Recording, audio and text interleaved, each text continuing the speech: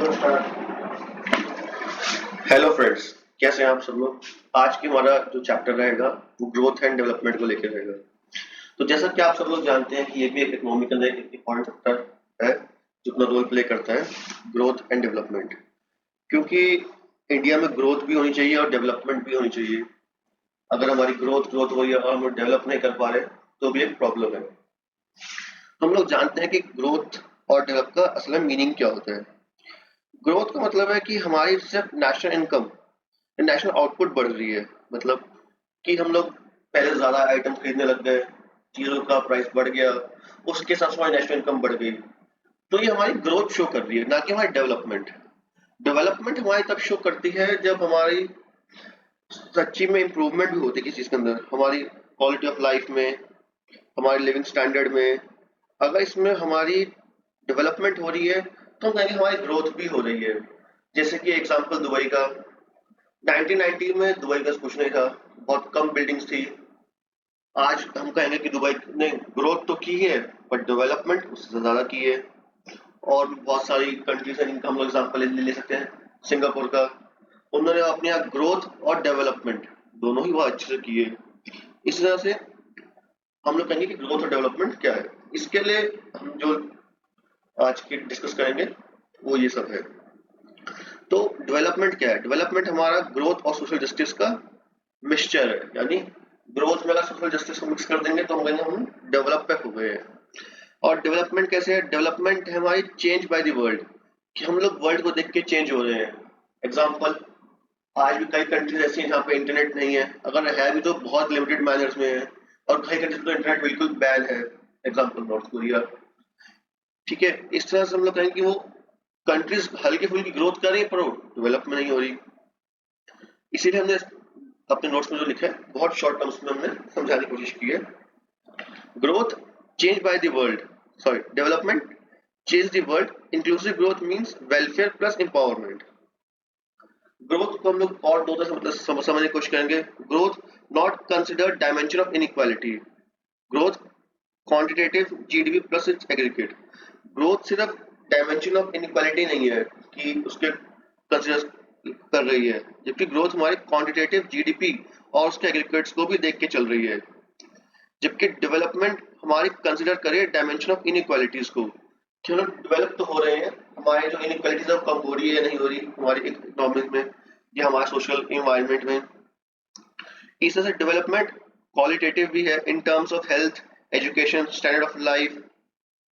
हमारी डेवलपमेंट कैसे हो रही है हमारी एजुकेशन को लेके, हमारी हेल्थ को लेके, ये सब चीज़ें।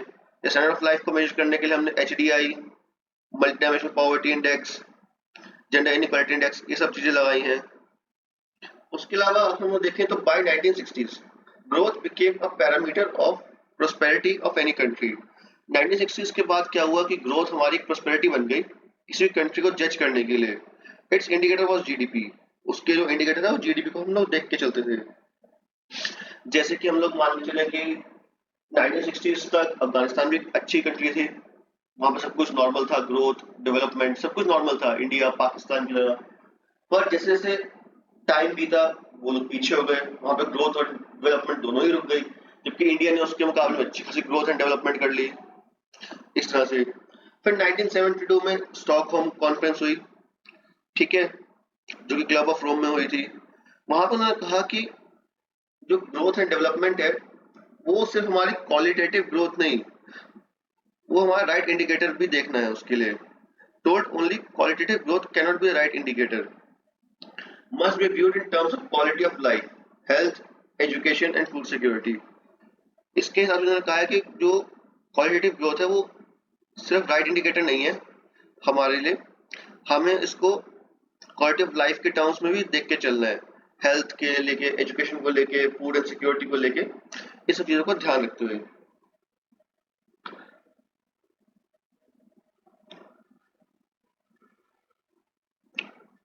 अब हम लोग ग्रोथ एंड डेवलपमेंट के अंदर कुछ डिफरेंस देखेंगे। Growth getting bigger, development means improvement. जैसे हमने पहले देखा था कि ग्रोथ हमारी नेशनल इनकम तो इंक्रीज हो रही है पर डेवलपमेंट नहीं हो रही। डेवलपमेंट हम लोग क्या देखते हैं कि हमारी इंप्रूवमेंट हो रही है नहीं हो रही सोसाइटी के अंदर। ग्रोथ में हम लोग सब फिजिकल चेंज के अंदर ध्यान देते हैं लेकिन डेवलपमेंट के अंदर हम लोग physical plus social plus psychological change का भी ध्यान देते हैं। ग्रोथ हमारे सिर्फ क्वांटिटेटिव इंप्रूवमेंट के ऊपर बात करती है, जबकि डेवलपमेंट हमारे क्वांटिटेटिव प्लस क्वालिटेटिव दोनों के ऊपर बात करते हैं। ग्रोथ के अंदर हम लोग सिर्फ नोटिस करते हैं और समटाइम्स को मेजर भी कर लेते हैं एक्यूरेटली, और डेवलपमेंट के अंदर हम लोग उसको नेसेसरली बाय नोटिस करते रहते हैं on average and can not measure accurately.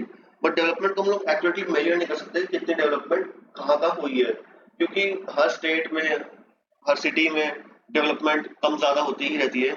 इस तरह से बड़ी सिटीज़ में डेवलपमेंट ज़्यादा होती है, छोटी सिटीज़ में कम होती है, या कहीं बड़ी सिटीज़ में पहले होती है, छोटी सिटीज़ में बाद में होती है। इन सब चीज़ों को लेके फिर हमने छोटा सा कंपैरिजन बताया इकोनॉमिक ग्रोथ और इकोनॉमिक डेवलपमेंट को लेके। तो पहले इसका ना मीनिंग को लेके बात करते हैं। इकोनॉमिक ग्रोथ का मतलब है positive change in the real output of the country in a particular span of time. Growth का मतलब है कि हमारा पॉजिटिव चेंज हुआ रियल आउटपुट के अंदर, हमारी कंट्री ग्रोथ के अंदर एक पर्टिकुलर स्पैन ऑफ टाइम के अंदर। जबकि हमारी इकोनॉमिक डेवलपमेंट बात करती है rise in the level of production in an economy, मतलब हमने कितनी प्रोडक्शन अपनी इंक्रीज कर दी इकोनॉमी के अंदर, along with the advancement of technology, improvement in living standard and so on. मतलब कि हमारी टेक्नोलॉजी के एडवांसमेंट को लेके, इंप्रूवमेंट्स को लेके, लिविंग स्टैंडर्ड्स को लेके और बहुत सी चीजों को लेके। इकोनॉमिक ग्रोथ का जो कॉन्सेप्ट है वो छोटा सा ही है, लेकिन इकोनॉमिक डेवलपमेंट का बहुत बड़ा है। इकोनॉमिक ग्रोथ का स्कोप क्या है? Increase in the indicator like GDP और पर कैपिटा इनकम। जबकि हमारे इकोनॉमिक डेवलपमेंट का क्या स्कोप है? Improvement of life expectancy rate, infant mortality rate, sex ratio, poverty literacy rate. इन सब चीजों को ध्यान रख के चलता है इकोनॉमिक डेवलपमेंट, कि हमारा मोर्टेलिटी रेट कम हुआ नहीं हुआ, लिटरेसी रेट बढ़ा नहीं बढ़ा, पॉवर्टी रेट कम हुआ नहीं हुआ। ये सब हमारे डेवलपमेंट के ऊपर बात करते हैं। टर्म इकोनॉमिक ग्रोथ का शॉर्ट होता है, जबकि इकोनॉमिक डेवलपमेंट का लॉन्ग होता है। क्योंकि इकोनॉमिक ग्रोथ तो हम लोग हर 2-3 साल की मेजर करके चलते हैं, लेकिन डेवलपमेंट उन्हें बहुत टाइम लगता है। एक सिटी को डेवलप करने में काफी समय निकल जाता है। इकोनॉमिक ग्रोथ के अंदर हमारे काइंड ऑफ चेंजेस क्या है? क्वांटिटेटिव चेंजेस हैं, जबकि इकोनॉमिक डेवलपमेंट के अंदर हमारे क्वांटिटेटिव प्लस क्वालिटेटिव चेंज दोनों को ही हम लोग मेजर करके चलते हैं, कि अगर कोई चीज बन रही है तो वो सही से बनी है, उसका लोगों को फायदा हो रहा है नहीं हो रहा, इन सब चीजों को हम लोग इकोनॉमिक डेवलपमेंट के अंदर लेके चलते हैं। अब हम लोग बात करते हैं इंक्लूसिव ग्रोथ की। तो जैसा कि हम लोग इंक्लूसिव ग्रोथ के अंदर हम लोग देखते हैं कि development change to inclusive growth by policy making.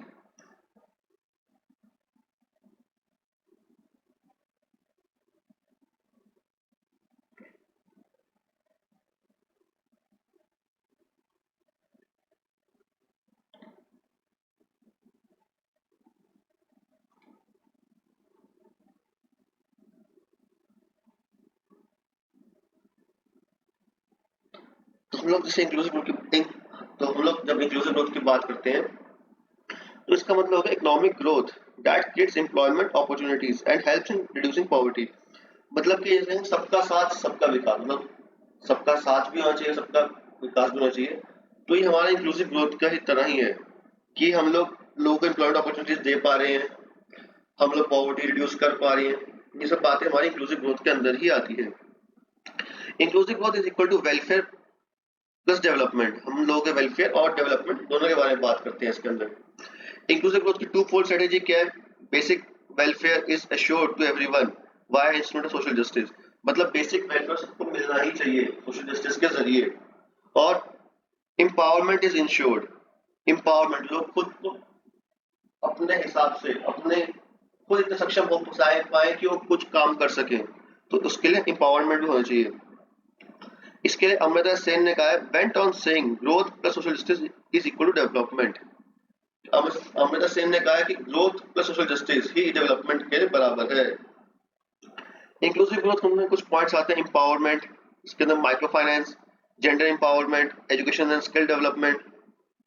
हम लोग एम्पावरमेंट की बात कर रहे थे, जैसे अगर इसको ले चले वुमेन एम्पावरमेंट के तौर पे, तो वुमेन्स के लिए माइक्रो फाइनेंस भी होना चाहिए कि वो खुद कुछ कर सकें। जेंडर एम्पावरमेंट, हम वुमेन्स को आगे आने का मौका दें। Educational skill development, basic education जो क्लास 12 तक होती है लड़कियों को अच्छी से अच्छी मिले, उसके बाद वो अच्छे से पढ़ सकें, तो उसको लेके। वेलफेयर, फूड एंड न्यूट्रिशन, जो गरीब बच्चे हैं उनको अच्छा खाना मिले, उनको अच्छी हेल्थ मिले, हेल्थ फैसिलिटीज गवर्नमेंट हॉस्पिटल्स में, या फिर हम लोग कहें कि सीनियर सिटीजन को पेंशन मिले या कुछ उनको इनकम का सोर्स उनके लिए बना रहे, सेफ ड्रिंकिंग एंड सैनिटेशन सबको मिलती रहे, हाउसिंग का सोर्स सबके लिए बना रहे। तो ये सब बातें हमारी इंक्लूसिव ग्रोथ के अंदर आती हैं। अब हम बात करेंगे आइडिया ऑफ सस्टेनेबिलिटी को लेके। आइडिया ऑफ सस्टेनेबिलिटी जो है हमारा एक कॉन्सेप्ट है जो इंट्रोड्यूस हुआ था 1987 में बाय यूएन, यूनाइटेड नेशंस ने वो पहली बार बनाया था। Fulfilling the demand of current/one generation in such a way so that a capacity to fulfill their demand of future generation is not compromised। मतलब कि हमें जो लोगों की डिमांड पूरी करनी है वो तो पूरी करनी है, पर हमें इस तरह पूरी नहीं करने की उससे बाद के जनरेशन को नुकसान हो। एग्जाम्पल, इसका सबसे बेस्ट एग्जाम्पल है हमारा वाटर। वाटर जो हमारे पास नॉर्थ इंडिया में अवेलेबल है वो एक टाइम बहुत अच्छा था, पर हम जैसे जैसे ग्राउंड वाटर को डिप्लीट करते जा रहे हैं, हम लोग ग्रोथ तो कर रहे हैं पर हमारा ग्राउंड वाटर डिप्लीट हो रहा है नॉर्थ इंडिया के अंदर। तो ये हमारा कॉम्प्रोमाइज हो गया एक तरह से कि हम लोग आज तो ग्रोथ कर रहे हैं लेकिन कल के हम कल के लोगों के लिए नुकसान कर रहे हैं, आने वाली फ्यूचर जनरेशंस के लिए। In this concept inherently the idea of responsible consumption plus environment protection both are considered। अब जैसे कि आप जानते हैं कि दिल्ली के अंदर मेट्रो जब भी नई लाइन्स के लिए बात चलती है तो बहुत सारे पेड़ कटते हैं क्योंकि हेवी मेट्रो लाइन बन रही है, वहां पे पेड़ तो होंगे भी जो रास्ते में। तो जैसा कि आप जानते हैं कि लास्ट ईयर एक प्रॉब्लम भी क्रिएट हुई थी इसको लेकर कि प्रोजेक्ट्स पास हुए थे मेट्रो के काफी टाइम तक एनवायरमेंटल क्लियरेंस के चक्कर में, क्योंकि पेड़ कटने थे और पास मेट्रो का प्रोजेक्ट निकलना था इसकी वजह से। That's why these days we call sustainable development wherein the idea of inclusively naturally added। अब इसके अंदर हम लोग आज बात करते हैं कि सस्टेनेबल डेवलपमेंट का आइडिया भी इसके अंदर हम लोग ऐड करके चलते हैं। जैसे हमने छोटा सा एग्जांपल समझाया, growth plus welfare plus empowerment, वो की हमारी इंक्लूसिव ग्रोथ। अगर हम लोग growth plus welfare plus empowerment के अंदर ही हम sustainability that is responsible in production and consumption of environment protection को भी ऐड कर देंगे तो वो हमारा हो जाए सस्टेनेबल डेवलपमेंट। तो क्या समझे सस्टेनेबल डेवलपमेंट को लेके? अगर एग्जाम देना हो तो सस्टेनेबल डेवलपमेंट सिंपल से हमारा growth plus welfare plus empowerment plus sustainability that is responsible in production consumption plus environment protection. अगर ये सबको ऐड करके लिख देंगे तो ये हमारा हो गया सस्टेनेबल डेवलपमेंट। ठीक है, अब हम लोग बात करेंगे global efforts towards sustainable development. Global efforts क्या दिए गए सस्टेनेबल डेवलपमेंट को लेके? यूएनडीपी ने सबसे पहले स्टार्ट किया, United Nation Development Programme can be considered as anchor of various development initiatives, क्योंकि सबसे पहले उन्होंने शुरुआत की। एंकर मतलब कि ये होता ना एंकर के वहां स्ट्रांगली खड़ा होकर हम लोग बात करेंगे कि ग्लोबल एफर्ट्स सस्टेनेबल डेवलपमेंट को लेके। इसके बाद इसमें Kofi Annan requested rich countries, जो कि से G8 कंट्रीज बनती उस समय, to develop some fund by to use it to ensure the basic necessity of everyone are fulfil. Kofi Annan ने उस समय कुछ कंट्रीज को रिक्वेस्ट करी, इसमें 8 कंट्रीज शामिल हुई कि हमें कुछ पैसा इकट्ठा करना चाहिए। क्यों इकट्ठा करना है? हमें कुछ बेसिक नेसेसिटी जो है एवरीवन की उनको फुलफिल करना है। रिजल्ट क्या निकला इसका? सन 2000 में MDGs फॉर्म हो गई, मिलेनियम डेवलपमेंट गोल्स पहली बार बने, जो कि gives 8 major objective to be achieved in 2015। इसने 8 मेजर ऑब्जेक्टिव दिए जो कि हमें 2015 तक अचीव करने थे। तो MDG कब से कब तक चले? 2000 से लेकर 2015 तक। ठीक है, to make a world better place, ताकि हम इस वर्ल्ड को एक अच्छा रहने का स्थान बना सकें। फिर in 2012 on the sideline of MDG meeting a roadmap was further prepared for next 15 year। जब ये सब चल रहा था तो 2012 में भी एक नया रोड मैप क्रिएट किया गया आगे 15 साल के लिए, जो कि था वहां 2016-2030 तक के लिए, जिसमें हमने 17 मेजर ऑब्जेक्टिव लिए, जिसको हमने कहा SDG सस्टेनेबल डेवलपमेंट गोल्स, जो कि हमारे एक तरह के बेंचमार्क भी थे, हमारे टॉर्च बेरर भी थे। बेंचमार्क मतलब हमें ये सब अचीव करना ही है, टॉर्च बेरर हमें रोशनी देने वाले कि हम लोग ये पॉइंट्स पे हम लोग बात करेंगे, ये पॉइंट्स पे हम लोग काम करेंगे। Sustainable development goals to provide technical input with UN। Sustainable development goal क्या है? हमें टेक्निकल इनपुट प्रोवाइड करें UN के अंदर। इसके बाद हम लोग अगर देखें तो हमारे जो पहले 8 MDGs थे हमने जो बनाए थे, उसके हमने लिखा है eradicate extreme poverty and hunger. हमें एक्सट्रीम पॉवर्टी एंड हंगर को खत्म करना था, जिसमें हमने पहला गोल लिखा MDG के अंदर। दूसरा गोल हमने लिया अचीव यूनिवर्सल प्राइमरी एजुकेशन, हमें यूनिवर्सल प्राइमरी एजुकेशन हर कंट्री में अचीव करानी थी, चाहे वो कोई भी कंट्री हो। उसके बाद हमने उसमें थर्ड गोल दिया था promote gender equality and empower women. हमने थर्ड एमडीजी क्या रखा कि हमें प्रमोट करना है कि जेंडर इक्वालिटी हो और वुमेन एम्पावर की जाए।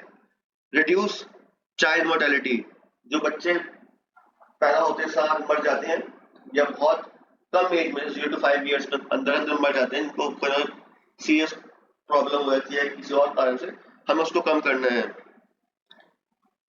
Combat HIV AIDS malaria and other disease, हमें इन सब चीजों को भी खत्म करना है। हमें HIV एड्स मलेरिया और डेंगू ऐसे अदर चीजों को भी खत्म करना है। हमें इम्प्रूव करनी है मैटरनल हेल्थ, जो माँ बनती हैं जो औरतें, उनकी जो मैटरनल हेल्थ स्टार्टिंग के जो कुछ टाइम होता है जैसे कि 2 साल 2.5 साल, हमें उनके हेल्थ को लेके भी काम करने से अब बहुत सारे गवर्नमेंट स्कीम्स आ गए जिसमें माँ को कुछ पैसे मिलते हैं हेल्थ के लिए या कुछ न्यूट्रिशन स्कीम्स प्रोवाइड की जाती हैं उस चीज को लेके, ताकि वो अपने बच्चों का अच्छे से ख्याल रख सके। हमें इंश्योर करना है कि एनवायरमेंट सस्टेनेबिलिटी बनी रहे, कि हमारा जो एनवायरमेंट है वो खराब ना हो, हमें इस बात की भी इंश्योरिटी रख के चलनी है। Develop global partnership and development, हमें डेवलपमेंट करनी है, हमें डेवलप करना है ग्लोबल पार्टनरशिप को, ताकि हमारे ग्लोबल पार्टनरशिप से हम सब लोग मिलकर काम कर सकें। Many states of India is working and making SDG objective in their scheme. काफी स्टेट्स इंडिया में इसके ऊपर काम कर रहे हैं ताकि उनको SDG ऑब्जेक्टिव जो है वो ऐसे काम कर सके। SDSN sustainable develop solution with network was introduce, फिर हमने एक सिस्टम बनाया sustainable develop solution network was introduce. इसके अंदर क्या था कि हमने SDG फंडिंग जो है आउटलाइन की for proper funding of SDG task. हमने जितने SDG गोल बना तो लिए, अब इसका कितना कितना फंड एलोकेट करें, कैसे कैसे वो गोल्स अचीव होंगे, कैसे कैसे वो सब चीजें पूरी होंगी। फिर हमने इसके नीचे छोटा सा डिफरेंस बिटवीन दिया एसडीजी वर्सेस एमडीजी को लेके। अगर हम लोग बात करें स्कोप के बारे में तो SDG have 17 goals with 179 targets focus on root cause to pressurise global issues. जो हमारा एसडीजी है उसके अंदर हम लोग 17 गोल्स की बात करते हैं, इसके अंदर 179 टारगेट्स रखते हैं, फोकस करते हैं रूट कॉज को लेके, प्रेशरिंग ग्लोबल इश्यूज को लेके।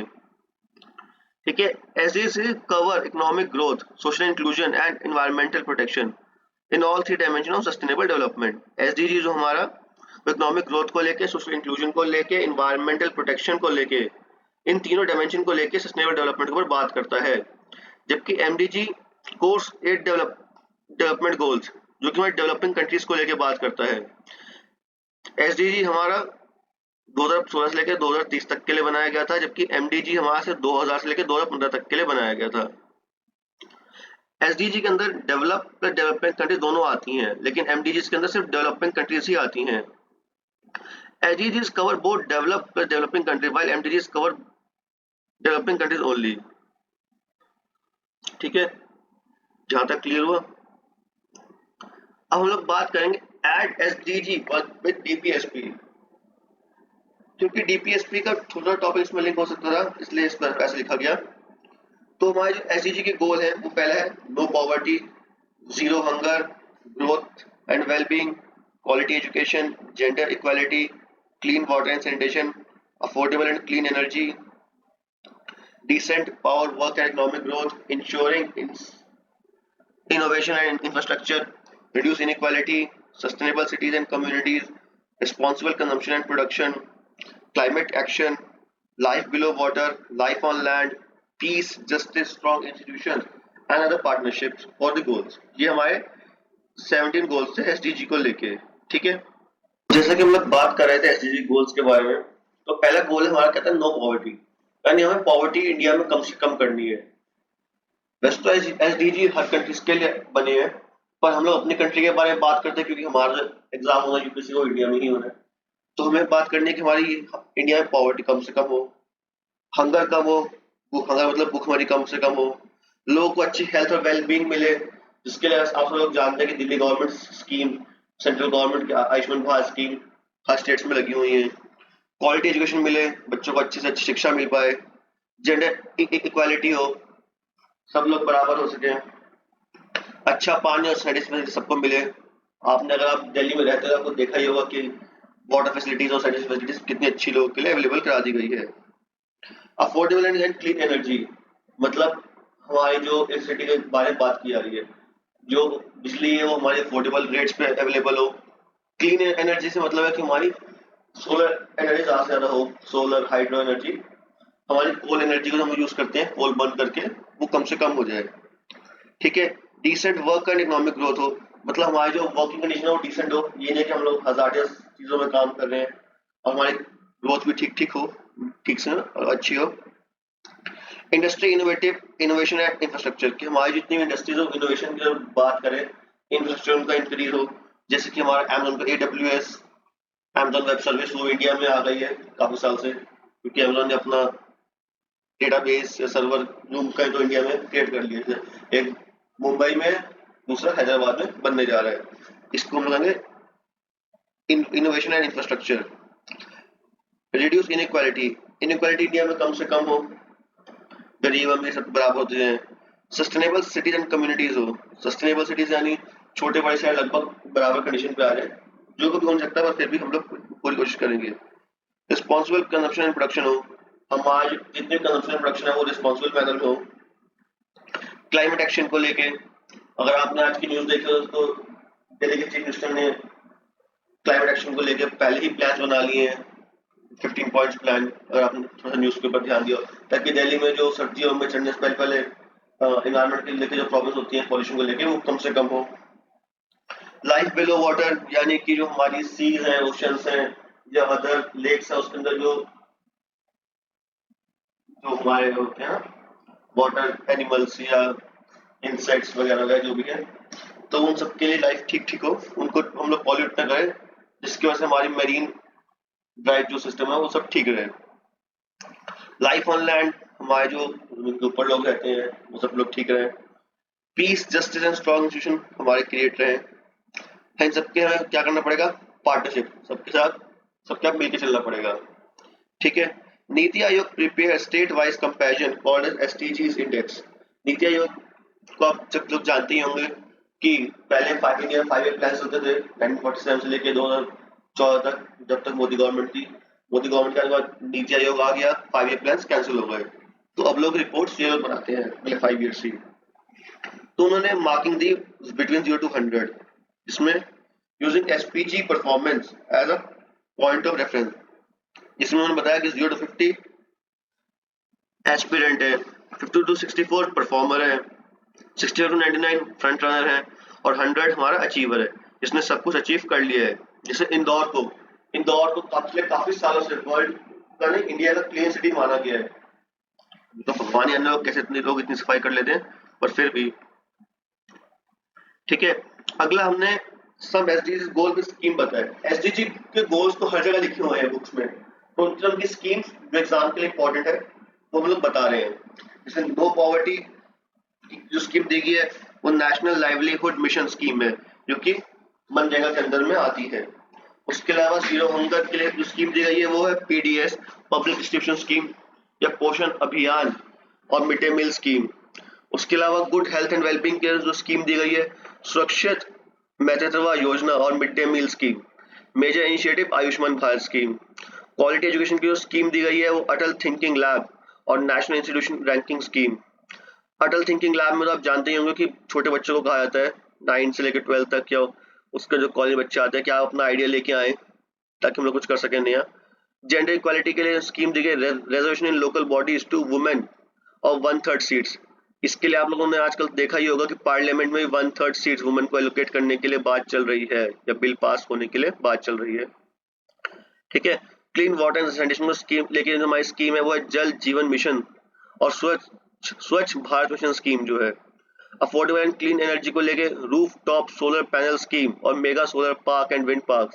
आप आजकल जानते होंगे इसको लेके हमारे यहाँ बहुत सस्ते में गवर्नमेंट कोशिश करती है सोलर पैनल लोगों को प्रोवाइड किए जाए, इजी सोलर पैनल प्रोवाइड किए जाए, ताकि कम से कम वो लोग दूसरी बिजली का यूज करें और क्लीन एनर्जी ज्यादा से ज्यादा हो। Decent work and economic growth को लेकर हमने जो स्कीम बनाई है उसके हम startup India, stand up India, Mudra Yojana. ठीक है। Industry and innovative industry innovation and infrastructure को लेकर हमने स्कीम बनाई है वो नेशनल इंफ्रास्ट्रक्चर पाइपलाइन है हमारी। रिड्यूस इनइक्वालिटी को लेके हमने जो स्कीम बनाई है वो हमारी ट्रांसजेंडर राइट्स, हुनर से रोजगार योजना, मतलब जिसके हाथ में हुनर है उसको रोजगार मिलना चाहिए, जिसे कोई काम आता है उसे रोजगार होना चाहिए।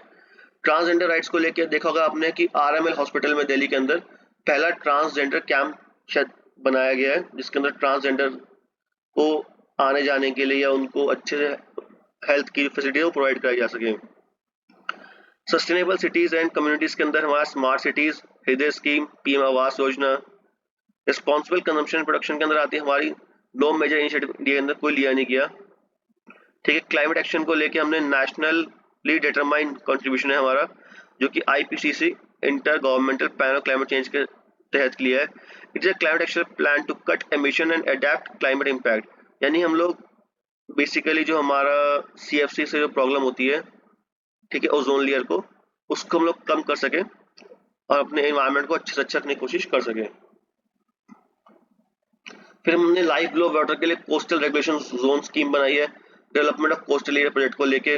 उसके अलावा लाइफ ऑन लैंड को लेकर हमने biosphere reserves, national parks, wild life sanctuaries, project tiger, elephant, rhino, इन सब लेके हम लोग लाइफ ऑन लैंड के लिए बात कर रहे हैं। जब हम लोग बात करने का मतलब हम लोग काम भी कर रहे हैं। जैसे कि आप लोग जानते होंगे कि प्रोजेक्ट टाइगर को लेके नामीबिया से लास्ट ईयर कुछ टाइगर्स मंगवाए गए थे ताकि कुछ टाइगर्स की पॉपुलेशन इंक्रीज हो सके। ठीक है, peace, justice and strong institute को लेके हम पंचशील मिशन लेके आए हैं। पार्टनरशिप फॉर द गोल्स को लेके हम लोग इंटरनेशनल सोलर अलायंस बनाया है। अब हम लोग बात करेंगे सस्टेनेबल डेवलपमेंट। सस्टेनेबल डेवलपमेंट आया कहाँ? Sustainable development comes from the Brundtland commission report. Sustainable development जो आया था वो हमारे ब्रुटलैंड कमीशन रिपोर्ट जो 1987 पब्लिश हुई थी उसके अंदर से निकाला गया था। Development that meet the needs for the present generation without compromising the ability of future. मतलब घूम फिर के वही है, मैंने पहले समझाया था कि प्रेजेंट जनरेशन का तो काम करना है, मतलब आज के लोगों को सुख सुविधा देनी है और उससे ये नहीं करना कि आने वाले लोगों को नुकसान हो जाए। एग्जाम्पल के तौर पे हम लोग पेट्रोल आज तो इतना सारा खर्च कर देंगे, पॉल्यूशन बढ़ा देंगे, पर आने वाले समय में हम लोग उसको कंट्रोल नहीं कर पाएंगे। इसके लिए फोकस करना human activities and consequence of environment. Human की एक्टिविटीज और कॉन्सिक्वेंस ऑफ एनवायरनमेंट को लेकर हम लोग ध्यान देंगे। For example welfare of the people, economic development. Any exploitation of resource should be taken into account for consequence of future. अगर किसी भी तरह से रिसोर्सेज का एक्सप्लॉयटेशन हो रहा है तो उसको हम लोग ध्यान दें, उसका अकाउंट बनाए कि क्यों, क्या हो रहा है, क्यों हो रहा है, किस वजह से हमारा उसका नुकसान हो रहा है।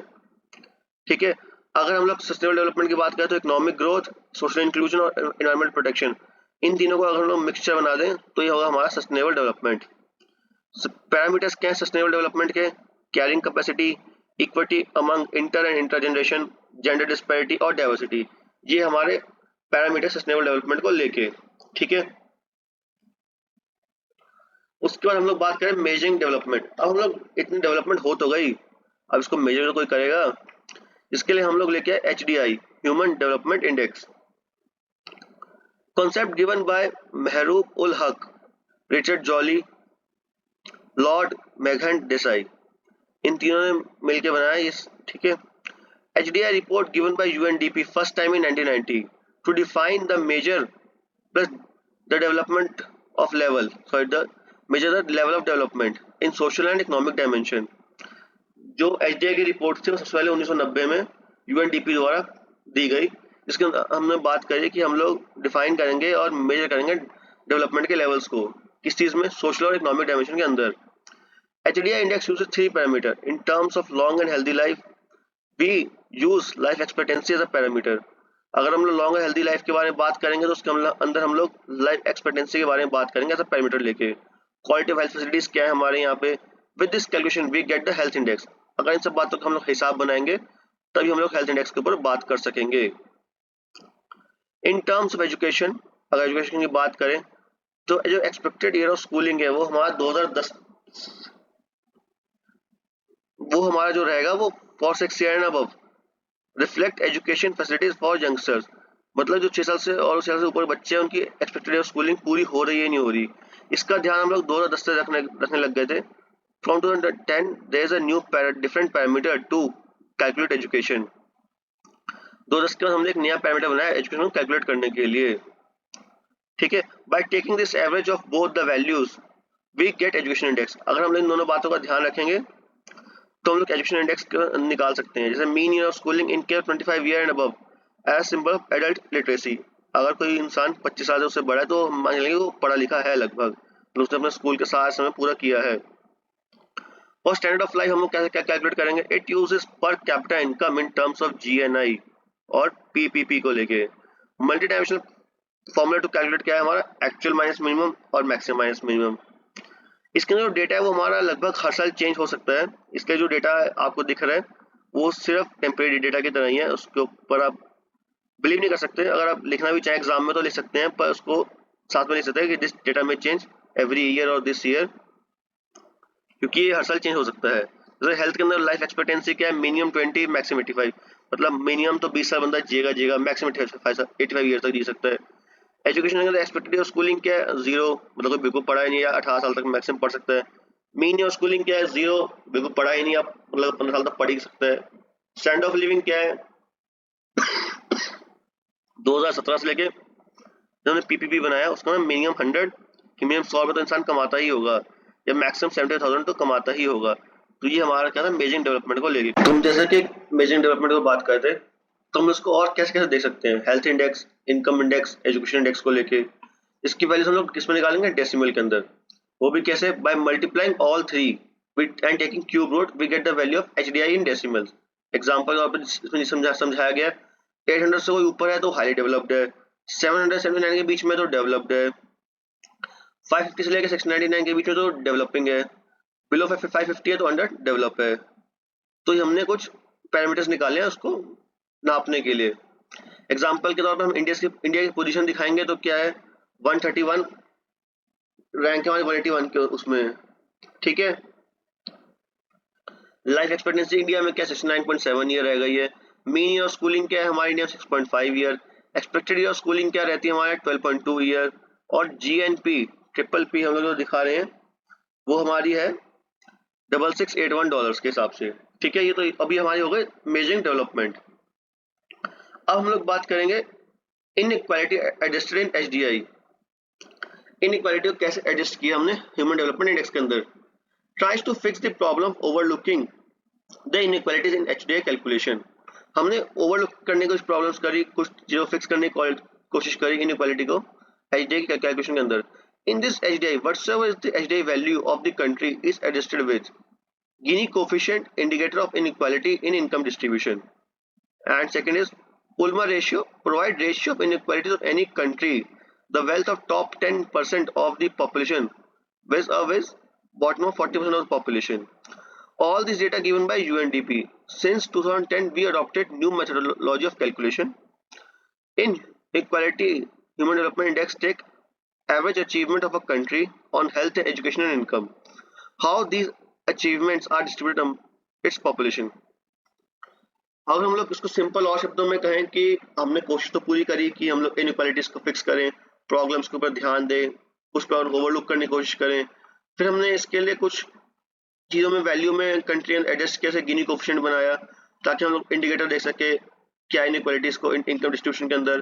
पुलमा रेशियो हमने देखा कि भाई डेटा ऑफ इनइक्वालिटी क्या है इन कंट्री की, वेल्थ क्या है, टॉप 10% की, पॉपुलेशन क्या है, 40% ऑफ पॉपुलेशन क्या कर रही है हमारी। ये सब डेटा कौन देता है हमें, UNDP. Because since 2010 we adopted a new methodology of calculation. हमने 2010 के बाद नई मेथोडोलॉजी अडॉप्ट कर ली कैलकुलेशन को लेके। एवरेज अचीवमेंट ऑफ कंट्री क्या है हमारी, हेल्थ, एजुकेशन और इनकम। एवरेज कंट्री की अचीवमेंट किस तरह निकलती है हमारी, हेल्थ से, एजुकेशन से, इनकम से। How those achievements are distributed amongst, हम लोग ध्यान देते हैं कि सब अचीवमेंट हमारी जो है वो कंट्री के अंदर कैसे काम कर रही है। अब हम लोग बात करेंगे जेंडर डेवलपमेंट इंडेक्स को लेके। जेंडर डेवलपमेंट इंडेक्स भी यूएनडीपी का ही दिया हुआ है, ठीक है। ये इंडिकेटर किसके लिए, indicator of economic development of direct measure of gender gap. ये है हमारा डायरेक्ट चेक करने के लिए कि भाई इकोनॉमिक डेवलपमेंट के अंदर हमारा जो जेंडर गैप वो कम हो रहा है, ज्यादा हो रहा है, इस सब चीज को लेके। GDI plus gender empowerment measure were introduced in 1995 in the Human Development Report published by UNDP. No country achieved complete gender equality. आज तक कोई भी कंट्री ऐसी जिसने complete gender equality अचीव करी हो। और GDI plus gender equality हमने सबसे पहले कब देखने को मिली थी, मेजर कब किया गया? 1995 के अंदर, in the human development report जो पब्लिश करी थी यूएनडीपी ने 1995 के अंदर। उसके अंदर पहले हमने जेंडर डेवलपमेंट इंडेक्स के ऊपर बात करी। Talks about comparative analysis of female HDI versus male HDI, मतलब फीमेल ह्यूमन डेवलपमेंट इंडेक्स और मेल ह्यूमन डेवलपमेंट इंडेक्स को लेकर हमने बात करी। इसमें हमने 3 चीजों पर ध्यान दिया। Health, life expectancy at birth, मतलब लड़के और लड़कियों की जो स्टार्टिंग के लाइफ एक्सपेक्टेंसी कितनी है, फिर उनकी एजुकेशन कितनी है, एक्सपेक्टेड स्कूलिंग कितना है, इक्विटेबल कमांड क्या है इकोनॉमिक रिसोर्स के ऊपर, कितनी इनकम वो लोग अर्न करते हैं, लड़के कितनी इनकम अर्न कर रहे हैं, लड़कियां कितनी इनकम अर्न कर रही हैं, उन सबका रेशियो कि इंडिया में कितने लड़के कमा रहे हैं, कितनी लड़कियां कमा रही है, कितनी इनकम वो कमा रहे हैं, कितनी इनकम इस सब कमा रहे हैं। तो इन सबको लेके no country has achieve gender equality. Countries are divided into 5 group of absolute deviation from gender in GDI value. आज तक किसी ने कंट्री में जेंडर इक्वालिटी तो अचीव करी नहीं है, जबकि हमने इसको 5 ग्रुप के अंदर फिर भी बांट लिया है ताकि हम लोग को ध्यान दे सके कि कौन सी कंट्री कितना अच्छा कर सकी है। इसके लिए भी हमारे इंडिया का रैंक क्या है और हमारी पोजीशन क्या है, हमें अभी कुछ भी नहीं पता। ठीक है, ग्रुप 1 में हमने high quality in HDI achievements between main and women. Absolute deviation क्या होना चाहिए? Less than 2.5%। अगर हम लोग कहें कि हाई इक्वालिटी है एचडीआई अचीवमेंट मैन और वुमेन को लेके, तो उसमें हमारी जो डेविएशन है वो लेस देन 2.5 रहनी चाहिए। मीडियम टू हाई क्वालिटी कैसी रहेगी? डेविएशन के अंदर 2.5 to 5% रहनी चाहिए। मीडियम इक्वालिटी कैसी रहेगी? उसकी डेविएशन हमारी रहेगी 5 से 7.5% के अंदर। मीडियम टू लो इनइक्वालिटी क्या रहेगी एचडीआई के अंदर? तो रहेगी हमारी 7.5 to 10%। Low equality between man and women के लिए हमने उससे भी नीचे चला जाएगा, तो हमारा लो इक्वालिटी हो जाएगी बिल्कुल ही। ठीक है, उसके बाद हम लोग बात करेंगे जेंडर इनइक्वालिटी इंडेक्स को लेकर कुछ और चीजें थोड़ी सी। जेंडर इनइक्वालिटी इंडेक्स हमारा जेंडर डिस्पैरिटी शो करता है, आपको पता ही होगा, 2010 में इंट्रोड्यूस हो गया, ये भी यूएनडीपी का दिया हुआ है। इसके अंदर हम लोग हाई GII वैल्यू को गुड्स को देखते हैं। GII रेंजेस जो होती है हमारी, उसको 0 to 1 के बीच में मेजर करते हैं। It considered one of the very important attribute of gender is equality, reproductive health of female, ठीक है, along with the other factors in equality that is political participation, high education, labor participation, इन सब चीजों को लेकर हम लोग ध्यान रखते हैं। The GII contains health of female, जो GII है हमारा जेंडर इनइक्वालिटी इंडेक्स है, वो हमारा फीमेल की हेल्थ को लेके भी देखता है, फीमेल रिप्रोडक्टिव हेल्थ को लेके देखता है। यूजिंग उसके अंदर 2 वेरिएबल हमने निकाले, मैटरनल मॉर्टिलिटी रेट कितना है, एडोलेसेंट फर्टिलिटी इंडेक्स कितना है हमारे यहाँ पे। फिर हमने एम्पावरमेंट देखी, कंपेयरिंग मेल एंड फीमेल के लिए, हाउ कि पॉलिटिकल पार्टिसिपेशन कितना है मेल फीमेल्स का, और एजुकेशन में कितना पार्टिसिपेशन मेल फीमेल्स का। Labour participation of male and female हमने देखा कितना है। From this we get female gender index और मेल जेंडर इंडेक्स, और इसको हमने मिलकर निकाला जेंडर इनइक्वालिटी इंडेक्स। ठीक है, maternal mortality rate by WHO जो हमें बताया गया अभी तक, इंडिया की रैंक है वो 130/155 रही है। ठीक है, जेंडर गैप एट वर्क हमारा बाय वर्ल्ड इकोनॉमिक फोरम बताती है। जेंडर पॉवर्टी इंडेक्स जो हमारा वो यूनेस्को बताती है। ठीक है, gender development index plus gender empowerment measure जो है वो हमारा बहुत इंट्रोड्यूस होता है 1995 में ह्यूमन डेवलपमेंट रिपोर्ट के अंदर। तो इन सब चीजों का आप लोग थोड़ा ध्यान रखेंगे। अब हम लोग बात करेंगे मल्टी डायमेंशनल पॉवर्टी इंडेक्स को लेके। ये हमारा 2010 के अंदर इंट्रोड्यूस हुआ था। इसको भी यूएनडीपी लेके आया था, वो भी OPMI के साथ में, तो OPHI के साथ में, जिसको हम OPHI में Oxford poverty and human development initiative. ठीक है, MDP shows multiple deprivations at household and individual level in health, education and standard of living. Multi dimensional poverty index हमारा जो मल्टीपल डेप्रिवेशन बताता है किस तीन चीजों को लेके, हेल्थ को लेके, एजुकेशन को लेके, स्टैंडर्ड ऑफ लिविंग को लेके। ये रिपोर्ट हमारी तीन चीजों सिग्निफाई करती है। 3 डायमेंशन ऑफ पॉवर्टी। हेल्थ क्या है 1/3, इसके अंदर न्यूट्रिशन 1/6, चाइल्ड मोर्टेलिटी 1/6, एजुकेशन क्या है 1/3, एक्सपेक्टेड ऑफ स्कूलिंग क्या है 1/6, स्कूल अटेंडेंस क्या है 1/6, स्टैंडर्ड ऑफ लाइफ क्या है 1/3, कुकिंग गैस 1/18, हाउसिंग 1/18, इलेक्ट्रिसिटी 1/18। तो इन सबको जब आप लोग ऐड करेंगे तो हमारे इसके अंदर रिपोर्ट निकल जाएगी। अब ये इंडेक्स शो क्या कर रहा है, इंडेक्स क्या मेजर कर रहा है? Shows the proportion of poor people and the average number of deprivation each person experience at same time। कि हर बंदा डेप्रिवेशन क्या कर रहा है, मतलब क्या एक्सपीरियंस कर रहा है सेम टाइम के अंदर, उसको लेके। Who is poor as per MPI, कौन गरीब है एमपीआई के हिसाब से, मल्टी डायमेंशनल पॉवर्टी इंडेक्स है। A person who is deprived in 1/3 और मोर देन 33% और more better indicators out of 10 indicators, जब 10 इंडिकेटर्स यहाँ पे लिखे हैं, ठीक है। अगर कोई इसके 33% से भी कम में आ रहा है तो हम लोग कहेंगे वो गरीब इंसान है जो इसके लिए आ रहा है। In case of India, while MDPI was reflecting almost 54% of the population to be multidimensional poor, in 2004-2005 it was significantly decreased to almost half by 2015 and 2016. अगर हम लोग इंडिया की बात करें और 54% ऑफ पॉपुलेशन जो मल्टी डायमेंशनल पॉवर्टी के अंदर थी वो सिग्निफिकेंटली डिक्रीज हुई है 2015-16 के अंदर, ऑलमोस्ट हाफ हो गई है। Since India is continuously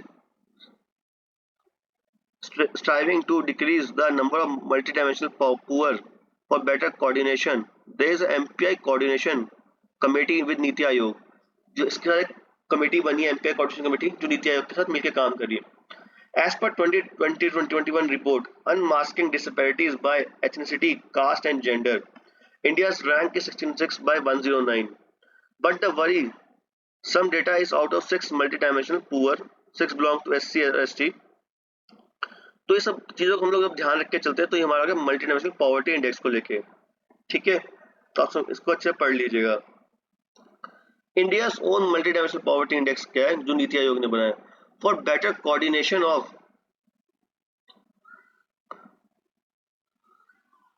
India status, MPI represents their incidence and intensity of multi dimensional poverty among caste and tribes among individuals who are not a member of any caste or tribe.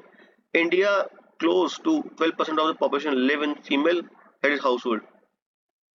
अगर हम लोग India की बात करेंगे तो India के जो अंदर एमपीआई रिप्रेजेंट कर रही है हमारी इंसिडेंस को, इंटेंसिटी को, मल्टी डायमेंशनल पॉवर्टी को, हमारी कास्ट और ट्राइब को लेके भी हम लोग देखते हैं, इंडिविजुअल्स को लेके, ठीक है।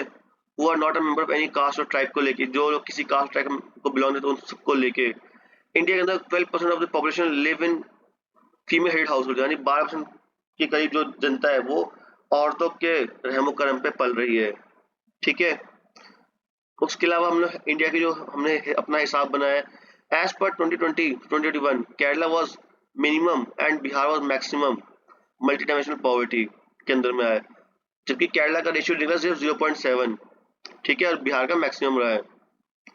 First report on national multi dimensional poverty index, NITI आयोग use national family health survey for data, ठीक है।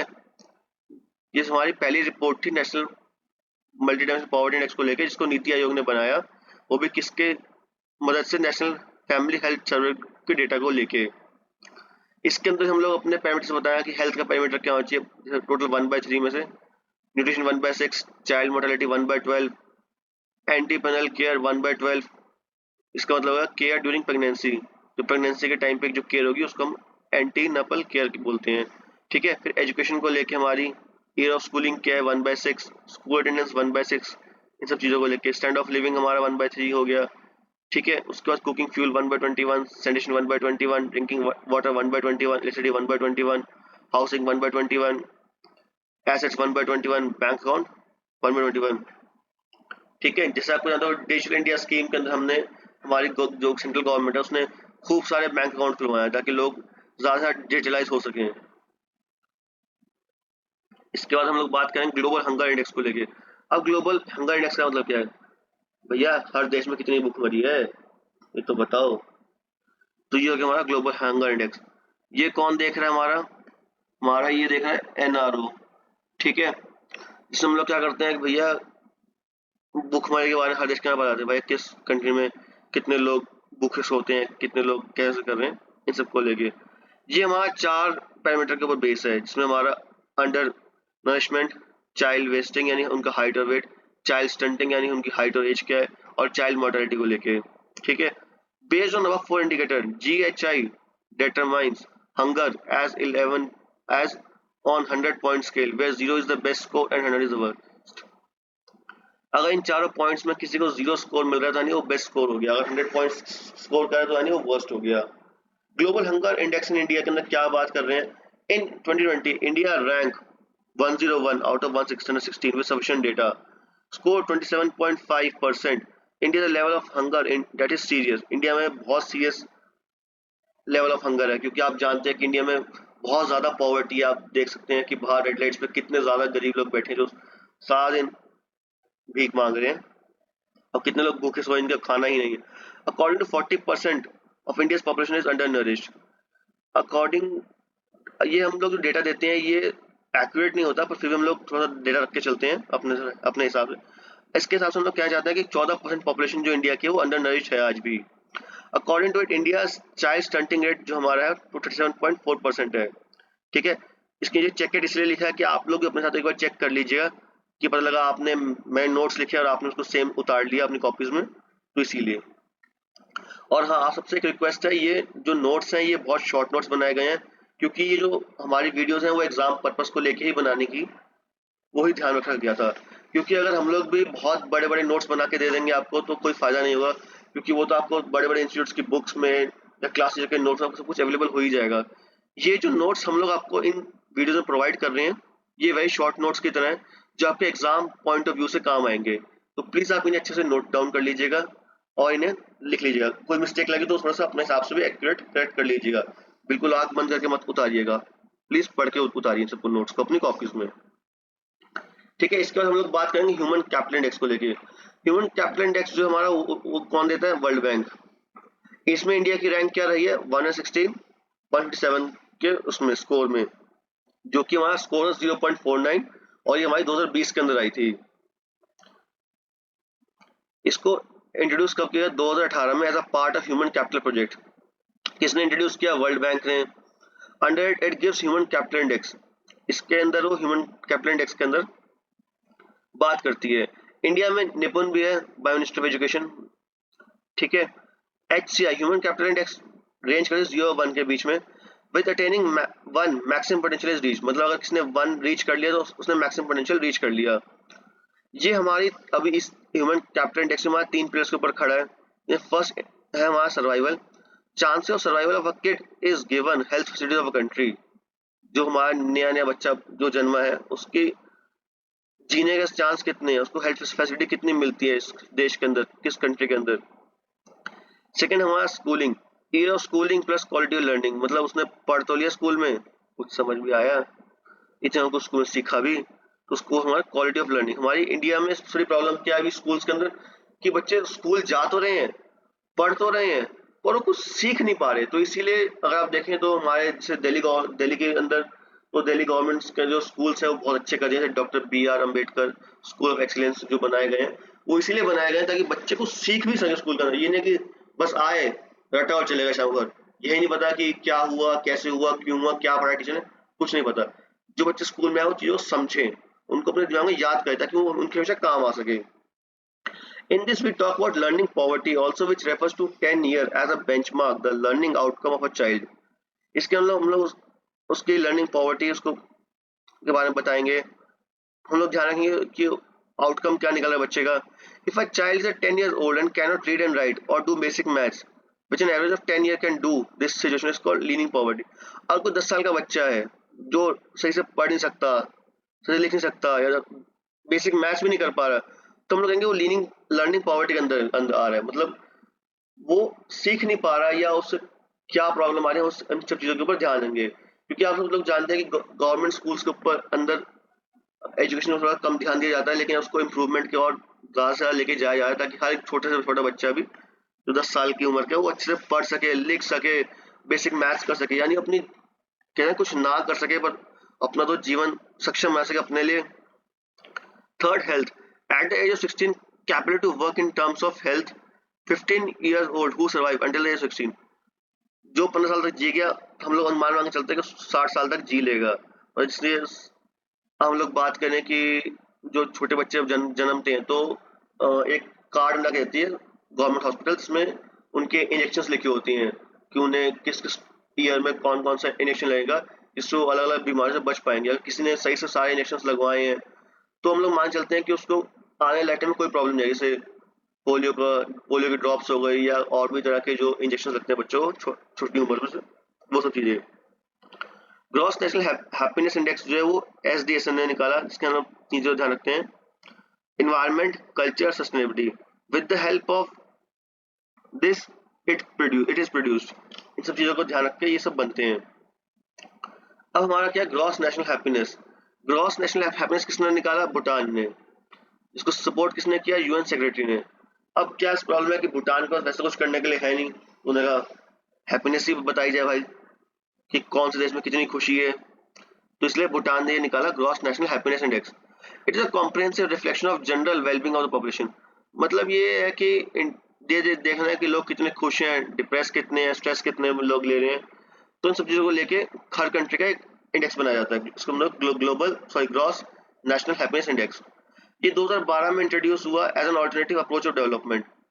डेवलपमेंट के एक ऑल्टरनेटिव अप्रोच की जगह पर डेवलपमेंट इंपॉर्टेंट है, फिर भी important because maximum economic development always considered and measured as a materialistic enhancement and economic pyramid। क्योंकि डेवलपमेंट जो हमारी इकोनॉमिक डेवलपमेंट हमारे सिर्फ मेटलिस्टिक एनहांसमेंट्स को देख के होती है, इकोनॉमिक पिरामिड्स को देख के होती है, लेकिन हमारा जो ग्रॉस नेशनल हैप्पीनेस है वो हमारी गवर्नेंस और गवर्नमेंट और सिविल सोसाइटी को लेके होती है कि लोग कितने खुश हैं उस देश को लेके, उसमें कोई प्रॉब्लम तो नहीं है। जैसे पाकिस्तान और अफगानिस्तान को लेके लोग दुखी रहते हैं, महंगाई, बहुत बड़ी सारी दिक्कत है, तो जिससे वहां के लोग प्रॉब्लम्स में है, दुखी हैं, इंडिया में से कोई दिक्कत तो नहीं है। ये भी 4 पैरामीटर्स के ऊपर इंडिकेट करती है, ठीक है। इसमें एनवायरनमेंट, कंजर्वेशन एंड प्रोटेक्शन, हम लोग कितना एनवायरनमेंट कंजर्व कर रहे हैं, प्रोटेक्ट कर रहे हैं, हमारे यहाँ गुड गवर्नेंस कितनी है, government plus civil society being transparent to each other, मतलब गवर्नमेंट ने जो बात कही वो सच्ची में पूरी हो रही है, अगर हमारा बजट बनाया है सरकार ने तो सरकार वो पैसा खर्च कर भी रही है या नहीं, तो ये होगी हमारी गुड गवर्नेंस। वैसे तो लोगों का काम चेक करने का, और कोई करता नहीं है। कल्चर प्रोटेक्शन कितनी है, हमारी गवर्नमेंट कितना कल्चर्स के ऊपर ध्यान दे रही है, कितना कल्चर्स को प्रोटेक्ट कर रही है ताकि वो खत्म ना हो जाए, इस चीज को लेके। सस्टेनेबल डेवलपमेंट कितनी है उस कंट्री के अंदर। इसके अंदर इंडिया का इंडेक्स जो रहता है वो रहा था 136 out of 146 in 2022 world happiness report के लिए, ठीक है, जो कि हमारी SDSN थी, sustainable development of solution network. इसको UN ने ही सपोर्ट किया, UN सेक्रेटरी ने, ठीक है। इसके लिए आप अपने क्लास सर जो भी आपके क्लास टीचर होंगे उनके एक बार आप नोट्स देख लीजिएगा, क्योंकि रैंक, परसेंटेजेस, ये सब चीजें हर साल चेंज होती हैं, इसलिए मैं इसके नीचे लिख दिया है चेक सर क्लास नोट्स। मतलब आपकी जो भी टीचर हैं आप उनके नोट्स प्लीज चेक कीजिएगा कि उन्होंने कुछ बदल तो नहीं दिया इसके अंदर, या कोई रैंक में या कुछ और चीज में, तो आप उन सब चीजों को भी थोड़ा ध्यान रख के चलिएगा, ठीक है। तो मैं आपको और बताना चाहता था कि ये चैप्टर अभी यहाँ के लिए खत्म होता है। अभी हमारे जितने भी इकोनॉमिक सीरीज के अंदर जितने भी हम लोग स्लाइड्स देखेंगे, ये सब हमारी जो नोट्स हैं वो सब शॉर्ट नोट्स हैं जो कि एग्जाम को लेके ही बनाए गए हैं। तो प्लीज आप इन्हें अच्छे से पढ़ लीजिएगा और अपनी कॉपीज में नोट कर लीजिएगा ताकि आपको एग्जाम में दिक्कत ना आए। Thank you, have a nice day.